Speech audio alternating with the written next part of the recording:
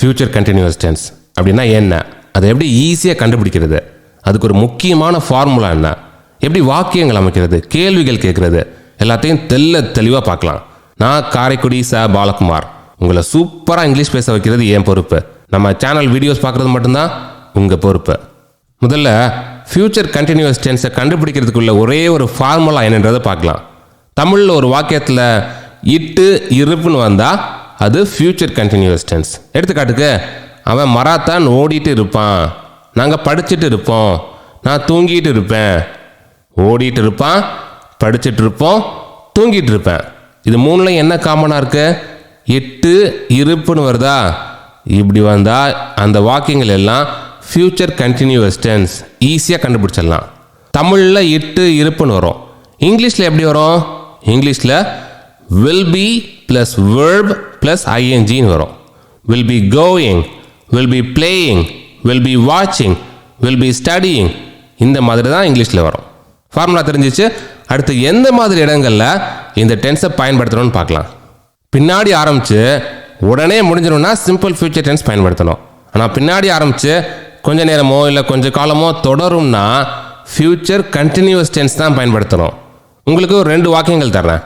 இதில் எது simple future tense, எது ஃபியூச்சர் கண்டினியூஸ் டென்ஸ்னு சொல்லுங்கள் பார்க்கலாம். நான் அடுத்த வாரம் சென்னை போவேன், நான் அடுத்த வாரம் சென்னை போயிட்டு இருப்பேன். முதல் வாக்கியம், நான் அடுத்த வாரம் சென்னை போவேன். இது சிம்பிள் ஃபியூச்சர் டென்ஸ். இன்னும் ஆரம்பிக்கலை, ஆனால் டக்குன்னு முடிஞ்சிடும். சென்னை அடுத்த வாரம் போவேன். ஆனால் ரெண்டாவது வாக்கியம், நான் அடுத்த வாரம் சென்னை போயிட்டு இருப்பேன். முதல்ல ஃபார்முலா செக் பண்ணுங்கள். இட்டு இருப்புன்னு வருதா? Future continuous tense. போயிட்டு இருப்பேன். இன்னும் ஆரம்பிக்கலை, ஆரம்பித்த உடனே தொடரும் இல்லையா? ஏன்னா போயிட்டு இருப்பேன், எப்போ முடியும்னு சொல்லலை. இப்படி தான் இருக்கும் ஃபியூச்சர் கண்டினியூஸ் டென்ஸ். புரிஞ்சுதா? அடுத்து எப்படி வாக்கியங்கள் அமைக்கிறதுன்னு பார்ப்போம். கார்த்திக் லைப்ரரி போயிட்டு இருப்பான். Karthik will be going to the library. Karthik will be going to the library.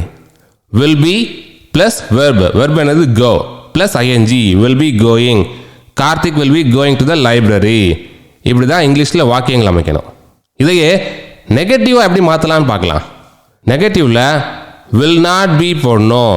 will be பதிலாக will not be. Karthik will not be going to the library. அவ்வளோதான். நெகட்டிவ் பார்த்துட்டோம். அடுத்து கேள்வி, கார்த்திக் லைப்ரரி போயிட்டு இருப்பானா?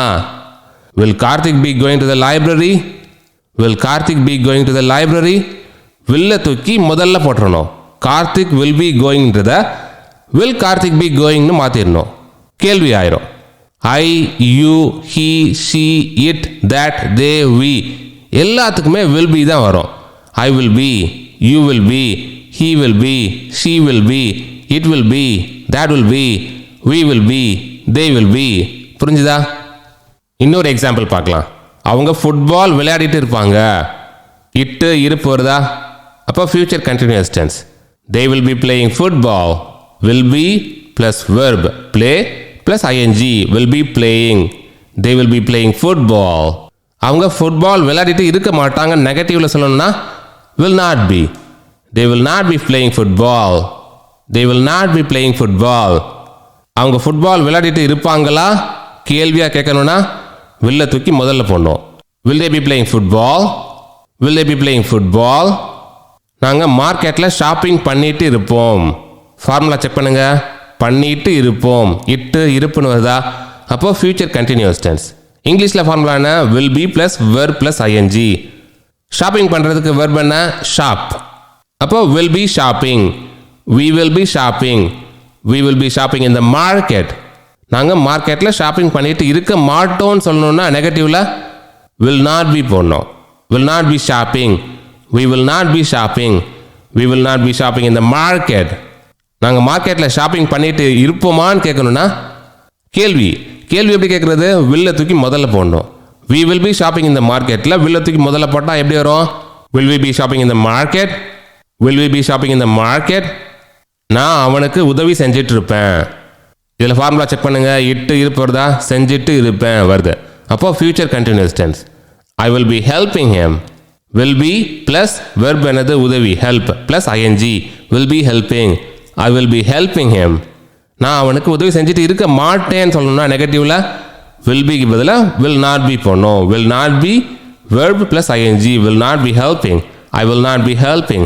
I will not be helping him. நான் அவனுக்கு உதவி செஞ்சுட்டு இருப்பேனான்னு கேட்கணும்னா கேள்வியா? will தூக்கி முதல்ல போடணும். will I be helping him?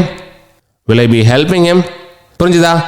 will be னா positive sentence, will not be னா நெகட்டிவ் சென்டென்ஸ். will தூக்கி முதல்ல போட்டோம்னா அது கேள்வி. ஃபியூச்சர் கண்டினியூஸ் டென்ஸ் ரொம்ப ரொம்ப ஈஸி. இப்போ உங்களுக்கு ஒரு டாஸ்க். நீங்கள் அடுத்த வாரம் என்ன பண்ணிட்டு இருப்பீங்க? ஃபியூச்சர் கண்டினியூஸ் டென்ஸில் ஒரு வாக்கியம் அமைச்சு கமெண்ட்டில் போடுங்க.